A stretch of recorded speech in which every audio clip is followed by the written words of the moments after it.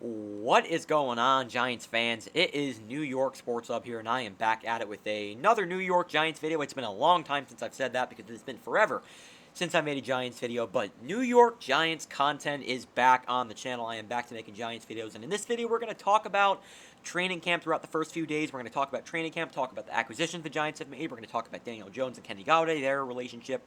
They've had struggles, connecting with one another. I'm going to talk about that. I'll talk about Joe Judge. I'll talk about having fans back. That's exciting. And I'll also talk about the injuries when it comes to Shane Lemieux and Matt Peart. I'll talk about everything that's been going on regarding the New York Giants in this video. But before I get into that, please drop a like on the video and subscribe to the channel. I really would appreciate it. And hit that notification bell so you do not miss any of my Giants, Yankees, or Knicks videos. And speaking of the Knicks, I'm going to have a lot more Knicks content on the channel because free agency is at its peak right now. The Knicks have made a lot of moves. They re-signed Derrick Rose, they re-signed Nerlens Noel, and Alec Burks, which I loved each and every one of those moves. And the Knicks went out and got Evan Fournier as a free agent. I thought they overpaid, but again, I'm going to share my thoughts on the Evan Fournier signing, the Noel, Burks, and Rose signing in one video. I'm going to talk about that in a Knicks video coming out very soon, so make sure to stay tuned for that. But we're going to talk about the Giants in this video, and again, I'm just so happy to start making Giants videos again because the Giants, I love the Yankees and all, but the Giants are a team I think that I'm most excited to really talk about because it has been a long time since the New York Giants have been playoff contenders, and we all knew the team was actually close to the playoffs last year. If it wasn't for Doug Peterson, the Giants probably would have made it, but, it's whatever. The Giants were still a rebuilding team last year, but there were games where the future looks really promising, and the future is now.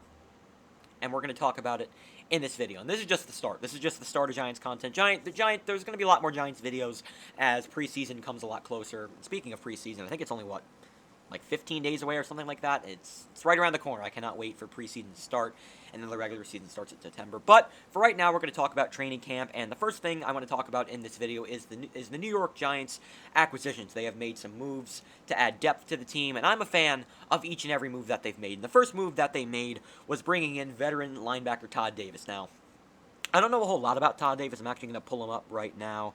I should have had this prepared, but we're going to pull up Todd Davis. I know he played for the Minnesota Vikings. He's a linebacker. He played for Minnesota. He played also for the Broncos, I believe. So, he's had some experience in the NFL. He's 29 years old, so he's been in the league for a little bit. I'm a fan of the move. I don't think Todd Davis is going to be a starter on this team unless there's an injury. Maybe he'll see some time, but I see Todd Davis as more of a depth move. I don't see him starting for this team because he's never really been like a Pro Bowl type player, but I do see him playing as a depth role for this team. So I like the move. I really do. I'm a fan of the move. But we're not going to really, go too much in depth with this move because, again, it's a depth move. There's not much to talk about there. So the second move that the Giants made was acquiring offensive lineman Joe Looney, and I'm a fan of this move. I think Joe Looney actually has a shot of starting with this team now. The Giants were intending on meeting with Austin Ryder. I'm guessing that's not going to happen because they signed Looney, and Looney's a guy that's had a lot of experience in the NFL. Joe Looney is known for playing with the Dallas Cowboys, and he boosts this offensive line's depth a lot. I'm a fan of the move. The offensive line is probably the biggest question mark on the Giants.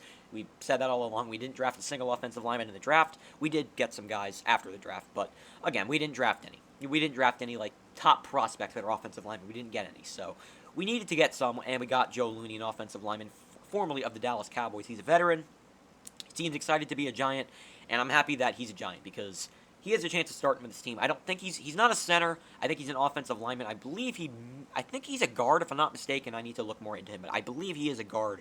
And again, I'm sorry. He is a center. He is a center, and he has a shot of maybe being the starting center for the Giants, or if maybe they want to move him to a different position, whatever. But he has a good chance of starting on the offensive line for the Giants, and I'm excited to see what Joe Looney could bring to this team. And the final move that the Giants made, or the second to last move, was the Giants getting he's not a veteran, but he is a depth move, and that is wide receiver Damien Williams from the Denver Broncos. I'm also a fan of this move. The Giants don't have a lot of depth when it comes to receivers. We have Kenny Golladay, of course. We have Sterling Shepard, probably in his last year as a Giant, but we still have Shep, who's always injured, but, unless there's an injury, a guy like Willis or John Ross could step in and fill in for Sterling Shepard because the guy's injured. But we also have Darius Slayton, and we drafted Kadarius Toney. So we have a lot of receivers. We don't have much depth. John Ross is probably our best depth guy, and he has not panned out in the NFL. He was a top draft pick by the Bengals, didn't pan out. Great speed, but that's pretty much it. That's what he's been known for in the NFL. He's been a bust. And the Giants signed him. I think he's great depth. They also have Dante Pettis, who, in a small sample size last year, played pretty well for the Giants. And the Giants brought in Damien Williams for more depth on the Giants. I'm a fan of this move. I like it a lot. The final move that the Giants made was bringing back veteran running back Alfred Morris, formerly of the Dallas Cowboys. And Alfred Morris isn't going to change much to this team. We already have a backup running back in Devontae Booker. We also drafted Gary Brightwell, who might see some time on the Giants. Maybe he won't, but I don't really know at this point. I haven't really heard much about him. But we drafted Brightwell, and we signed Devontae Booker.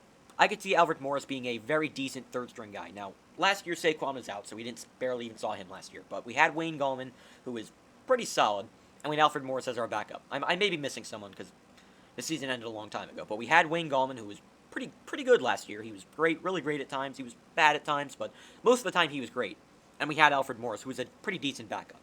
And I'm a fan of this move. I like him as the third-string guy, and it also brings a veteran presence to the Giants.